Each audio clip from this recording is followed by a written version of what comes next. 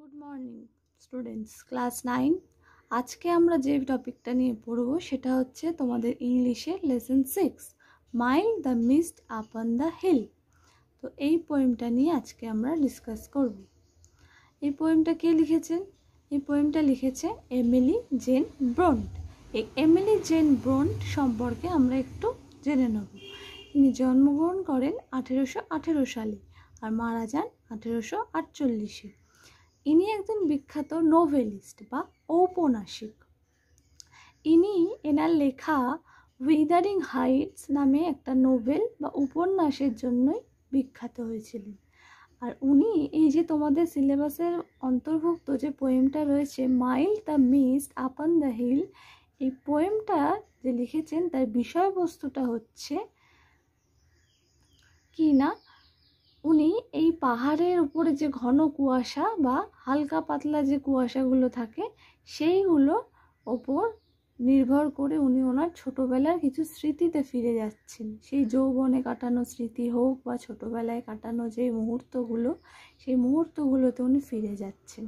আবার উনি বর্তমানে ফিরে আসছেন, কিন্তু এই পাহাড়ের এই সুন্দর অপূর্ব দৃশ্যগুলো দেখে, কুয়াশায় ঢাকা পাহাড়ের চূড়োগুলো দেখে ওনার এই ছোটোবেলার কথা মনে পড়ছে। আর কি, বৃষ্টির পরের দিন কিভাবে কুয়াশা নেমে আসে, সেই দিগন্ত রেখা বরাবর যে সবুজ বিস্তৃত মাঠ রয়েছে, সেই মাঠগুলো যে স্যাঁতস্যাঁতে বৃষ্টিতে ভিজে যাওয়ার জন্য যে স্যাঁতস্যাঁতে অনুভূতি, এই সমস্ত কিছুর মধ্যে দিয়ে আমাদের পোয়েট এমিলি জেন ব্রন্ট ওনার ছোটোবেলায় ফিরে যাচ্ছে। তো চলো আজকে আমরা ওনার সম্পর্কে একটু প্রথমে জানি। দেখো, আমি যে কথাগুলো বললাম যে উনি 1818-এ জন্মগ্রহণ করে 1848-এ মারা যান। উনি একজন বিখ্যাত নোভেলিস্ট বা ঔপন্যাসিক। ওনার সেই বিখ্যাত লেখা উইদারিং হাইটস, এটার জন্যই উনি ফেমাস হয়েছেন। আর এই পোয়েমটার যে ছোট্ট করে একটা কি আছে না, সামারি দেওয়া আছে এখান থেকে, যে the blue mist that surround, এখান থেকে প্রেজেন্ট এগেন। তোমরা চাইলে এটা পজ করে লিখে নিতে পারো। আর কি না, এই যে লাইনগুলোর, এই লাইনগুলোর একটা বাংলা মানে এখানে সুন্দর করে লেখা আছে। তোমরা চাইলে এটা ভিডিওটা পজ করে লিখে নেবে। আমরা সরাসরি চলে যাব পোয়েমে। পোয়েমে দেখো ফার্স্ট লাইন কি বলেছে, mild the mist upon the hill. এই কথাটার মানে কি না, পাহাড়ের উপরে, আপন মানে উপরে, পাহাড়, হিল মানে পাহাড়, মিস্ট মানে হচ্ছে কুয়াশা, মাইল্ড মানে হালকা বা মৃদু। তাহলে পাহাড়ের উপরে কি আছে না, হালকা মৃদু কুয়াশা রয়েছে। সেই কুয়াশাটা আমাদের কি বলছে দেখো পরের লাইনে, telling not of Sturm tomorrow. এই কুয়াশাটা আমাদের কিন্তু বলছে না, কি বলছে না, আগামীকালের যে ঝড়ের পূর্বাভাস, এই কুয়াশাটার মধ্যে দিয়ে আমরা জানতে পারছি না। তারপরে no, the day has wept its fill. পুরো দিনটাই সে কী করেছে, কেঁদেছে। ওয়েপ্ট হচ্ছে উইপ, WEEP, উইপ মানে কাঁদা, তার পাস্ট ফর্ম হচ্ছে কি না, ওয়েপ্ট। এই সারাদিন ধরে সে কী করেছে, কেঁদেছে। আর কি করেছে, এই কাঁদার মাধ্যমে সে কি অতিবাহিত করেছে না, খরচ করেছে বা অতিবাহিত বা খালি করেছে বলতে পারো। স্পেন শব্দটার মানে খালি করা, খরচ করা বা কিছু অতিবাহিত করা। কি করেছে না, স্টোর অফ সাইলেন্ট সরো, সে তার মধ্যে যত নীরব ব্যথা যন্ত্রণা সেগুলো জমানো ছিল, স্টোর মানে হচ্ছে জমানো, এগুলো জমানো ছিল, এগুলো সবটাই সে সারাদিন ধরে কেঁদে কেঁদে খালি করে দিয়েছে। তাহলে এই পুরো 4টে লাইনের মানে আমরা কি জানলাম, যে না, পাহাড়ের উপরে একটা হালকা কুয়াশা জমেছে। তারপর সেই কুয়াশা কি করছে না, আমাদের আগামী দিনে বা টুমোরোর কোনো ঝড়ের পূর্বাভাস দিচ্ছে না, কিন্তু সে সারাদিন ধরে কি করেছে, কেঁদেছে।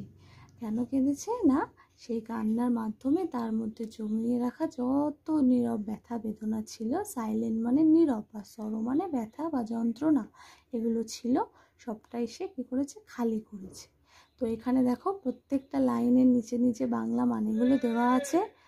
তোমরা চাইলে কি করবে, ভিডিওটা পজ করে লাইনে চলে এসেছি। কি লেখা আছে, যে ও I am gone back to the days of youth.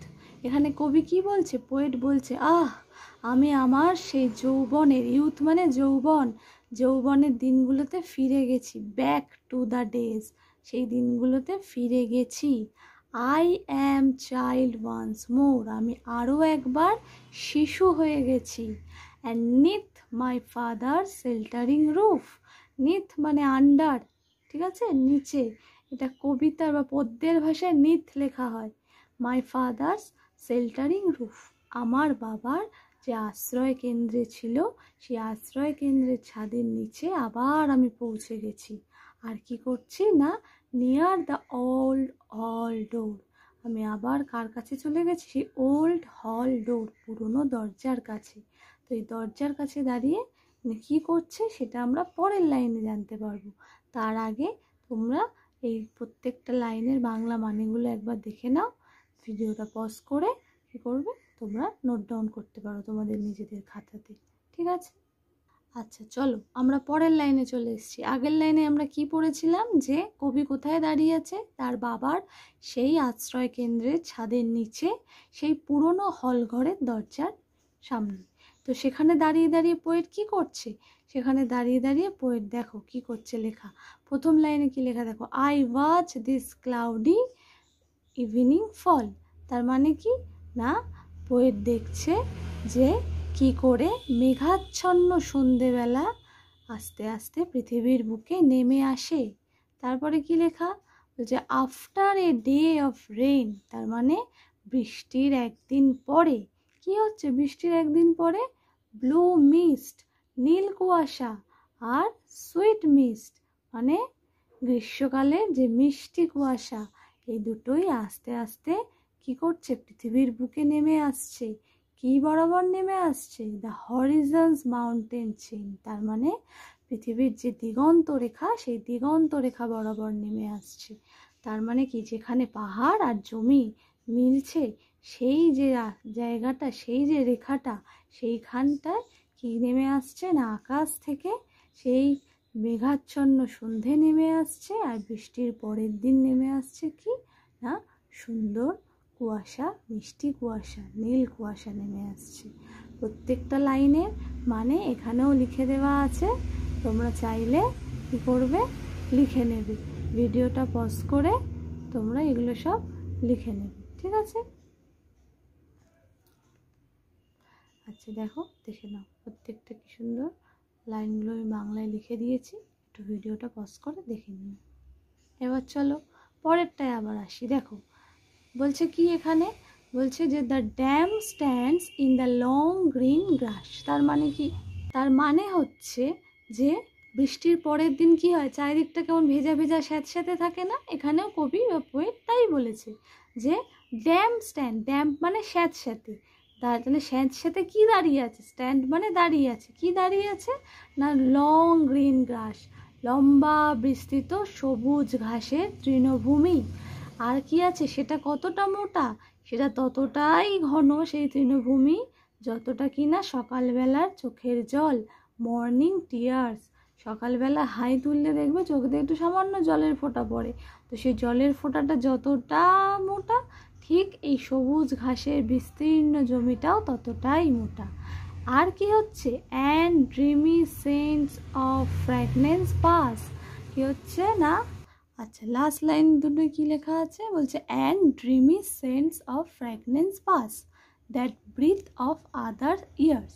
তার মানে কি, অন্যান্য বছরগুলোতে কবি যেমন করে শ্বাস নেন, ঠিক এই বছরও মানে উনি সেই ছোটোবেলায় ফিরে গেছেন, তখনও উনি ভাবছেন যে ওনার সামনে দিয়ে একটা সুন্দর সুগন্ধি পাস হচ্ছে, যেটা কিনা উনি অন্যান্য বছরে যেরকম শ্বাস গ্রহণ করে আহরণ করেন এখনও তাই করবেন, ঠিক আছে? এখানেও প্রত্যেকটা লাইনের মানে লেখা আছে, তোমরা একটু দেখে নাও। আর এই ভিডিও শেষে এই কবিতার একটা সামারি ইংলিশ বাংলা দুটোতেই দেওয়া থাকবে, তোমরা একটু পজ করে সেটা খাতায় নোট ডাউন করে নিতে পারো বা দেখে নিতে পারো, ঠিক আছে? টাটা। আর এই লেসনের এক্সারসাইজ পরের ভিডিওতে আসবে, ততক্ষণ তোমরা এটা পড়া করে নাও।